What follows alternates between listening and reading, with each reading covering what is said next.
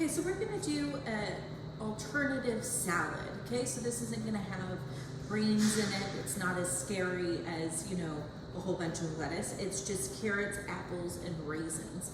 And I've chopped up my apples the day before and I've put them in a Ziploc with some lemon juice and they just don't turn brown. So this is some prep work that you can do ahead.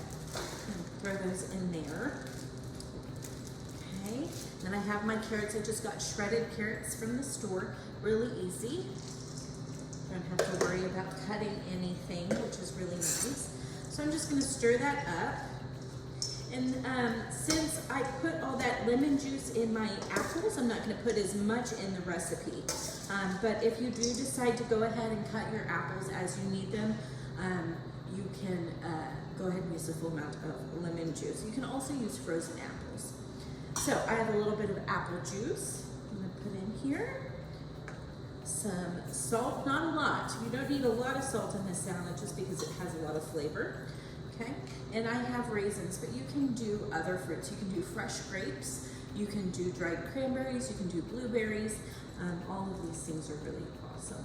Okay, and I'm just gonna add just a touch of my lemon juice, just to make sure I have enough. And just stir, stir, stir. And then I like to let this set for at least 5 or 10 minutes, just so all those flavors kind of marry in together, and you just get this great tasting carrot, apple, raisin salad. And this is great for school lunches, it's great for dinners, an afternoon snack. All these things are really good.